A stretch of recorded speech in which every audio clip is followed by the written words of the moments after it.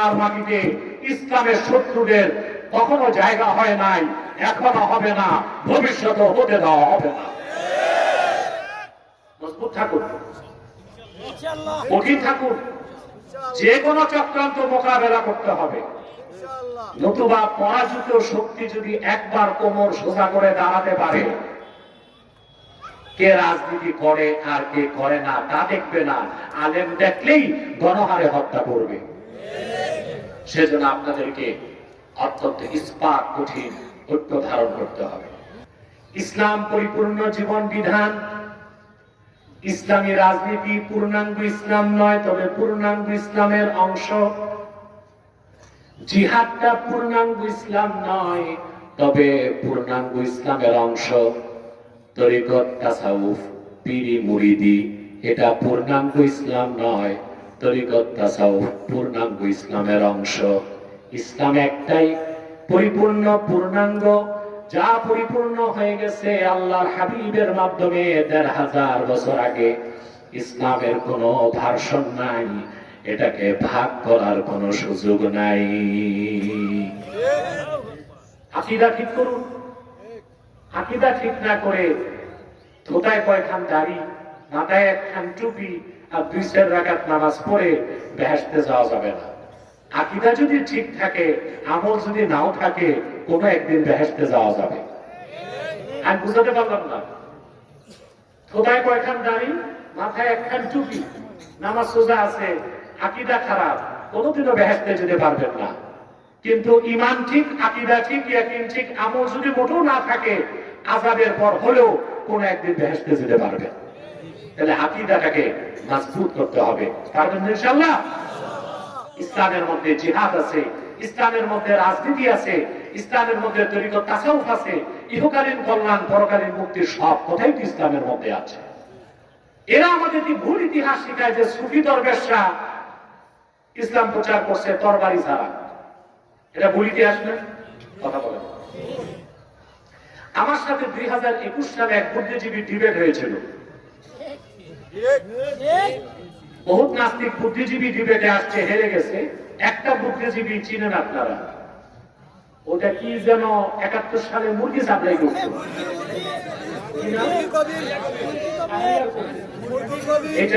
এটারে সবাই শুনি বলে মুরগি চোর। এই মুরগি চোর বলে। এই লোকটা হচ্ছে গাধানিকের সভাপতি। গাধানিক, ঘাতক দালাল নির্মূল কমিটি। উনি যে ছিল ঘাতক। দেশ স্বাধীনের পর থেকে আলেম ওলামা, টুপিওয়ালা, দাড়িওয়ালা, পীর মাশায়েখ দেখলেই বলতো রাজাকার। এখন আর এই ব্যবসা বাংলাদেশে চলবে না। মৌলবাদ, জঙ্গিবাদ, রাজাকারের ব্যবসা আর আছে দেশে? কথা বলেন। এইটা নিয়ে ব্যবসা করতে করতে আল্লাহ সহ্য করেন নাই, এমন গজব দিচ্ছেন, কেউ পালাইছে স্বামীর বাড়ি,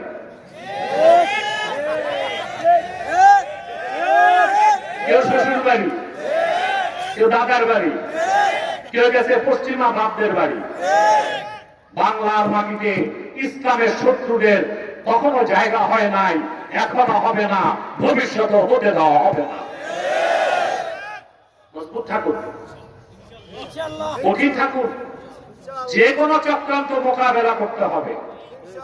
নতুবা পরাজিত শক্তি যদি একবার কোমর সোজা করে দাঁড়াতে পারে, কে রাজনীতি করে আর কে করে না তা দেখবে না, আলেম দেখলেই গণহারে হত্যা করবে।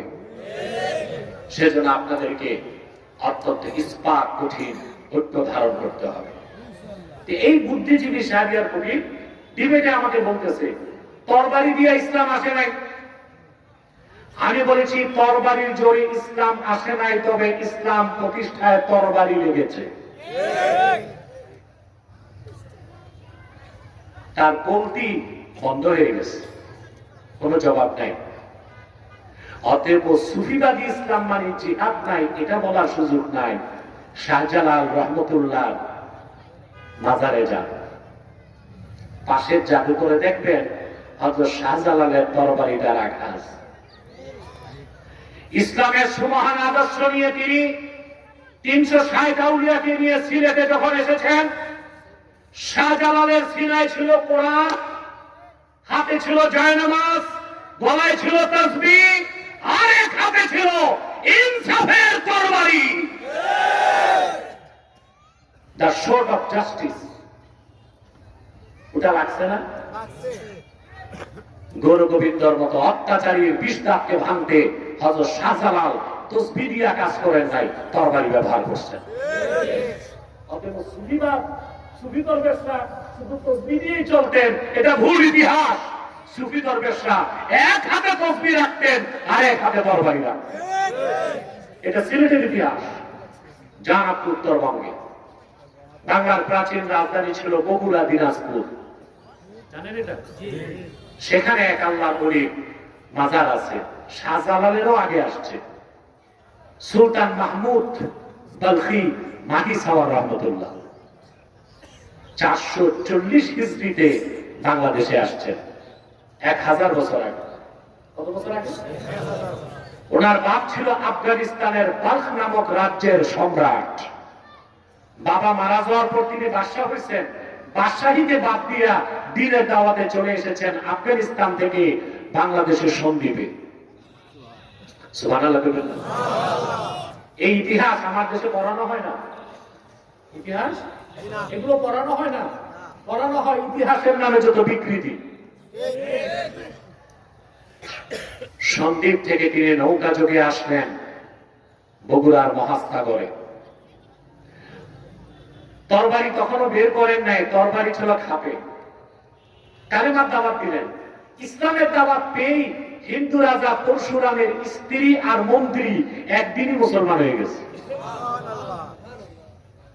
রাজা পরশুরাম দেখছে তার তো আর রাজত্ব থাকে না, অন্যায় ভাবে সে যুদ্ধের ঘোষণা করলো।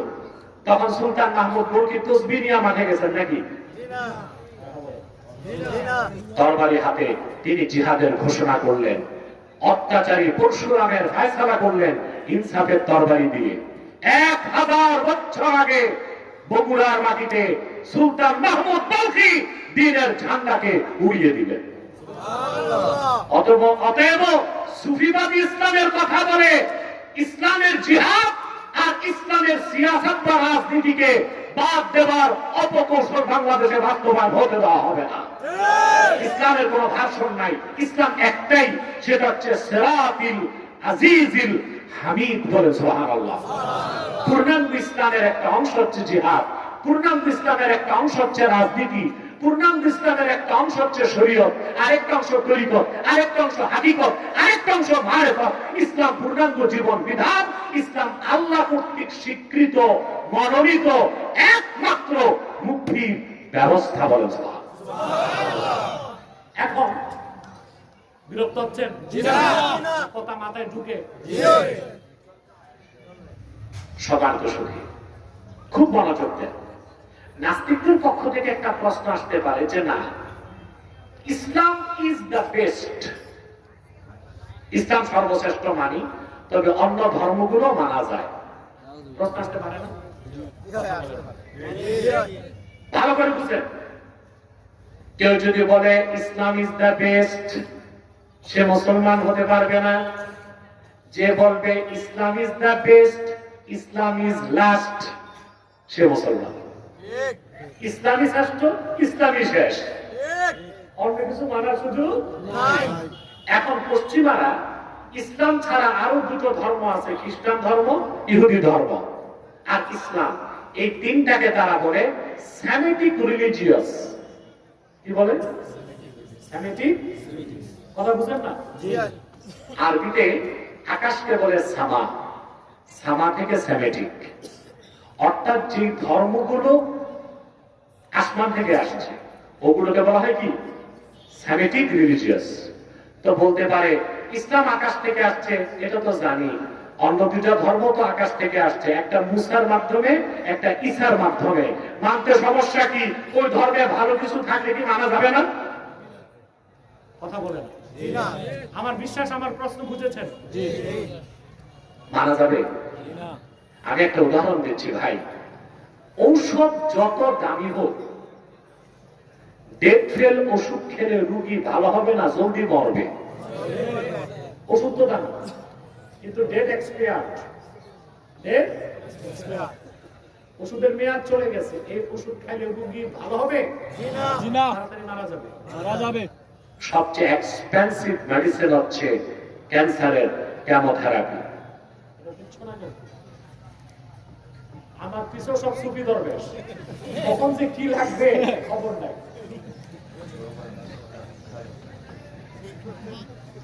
আরে ভাই মাথাটাও নাড়ায়ও না, আর কিছুক্ষণ পর মুনাজাত। আজকে তোমাদের মাহফিলের মুনাজাত কবুল হয়ে যাবে ইনশাআল্লাহ। কারণ মানুষের স্যাক্রিফাইস দেখছেন। আজকে কি বার? ছুটির দিন। কৃষি কাজ আছে, ব্যবসা, বাজার, দোকান, খাওয়া দাওয়া, ঘুম, নিদ্রা, দাওয়াত পানি সব বাদ, সব চলে এসছেন মাহফিলে। আমার আল্লাহ কি খুশি না হয়ে পারেন? সুবহানাল্লাহ। মুনাজাত পর্যন্ত ধৈর্য ধরুন। বাকি যারা পরে আসছেন আপনারাও বসে যান, বসে যাওয়ার চেষ্টা করুন। সম্মানিত সুধী, ক্যান্সারের ঔষধ হচ্ছে সবচেয়ে এক্সপেন্সিভ, ঠিক না? এখন এই ক্যান্সারের ওষুধ যদি মেয়াদ চলে যায়, একটা ইনজেকশনের দাম 80,000 টাকা। কত? কিন্তু ডেট চলে গেছে, এরপর ওই ইনজেকশনের দাম কি 80 পয়সাও থাকবে? কথা বলেন। জেনে বুঝে যদি কোনো ডাক্তার ক্যান্সার রোগীকে ওইটা পুশ করে, ভালো হবে? ইসলাম আসার পরে পূর্বের সব ধর্মের ডেট ফেল হয়ে গেছে। ইসলামের মাধ্যমে সব ধর্মকে আল্লাহ রিজেক্ট করে দিয়েছেন। মুসা নবীর মাধ্যমে যে শরীয়ত এসেছিল আকাশ থেকে, ঈসা নবীর মাধ্যমে সেই শরীয়ত রহিত হয়ে গেছে, ডেট ফেল হয়ে গেছে। আবার ঈসা নবীর মাধ্যমে যে শরীয়ত আল্লাহ দিয়েছিলেন ১৫০০ বছর আগে, মুহাম্মদ সাল্লাল্লাহু আলাইহি সাল্লামের দিনকে পরিপূর্ণ করার মাধ্যমে ঈসার শরীয়তের ডেট ফেল হয়ে গেছে। এখন শুধু ইসলাম, কেবলমাত্র ইসলাম, একমাত্র ইসলাম। Islam is the best, Islam is the last. ইসলামী শেষ, ইসলামী চূড়ান্ত, ইসলামী পরিপূর্ণের বাইরে আর কিছুই নাই। আছে? ওগুলো ছিল এক সময় ভালো, পরে কি হয়ে গেছে? উত্তীর্ণ হয়ে গেছে। অতএব এই কথাগুলো আমাদের বুঝতে হবে। তারপর আল্লাহ তাআলা বলেন যে এই ইসলাম হচ্ছে আল্লাহর পথ। আল্লাহ নিজের দুইটা পরিচয় তুলে ধরেছেন, আজিজিল হামিদ। সুবহানাল্লাহ।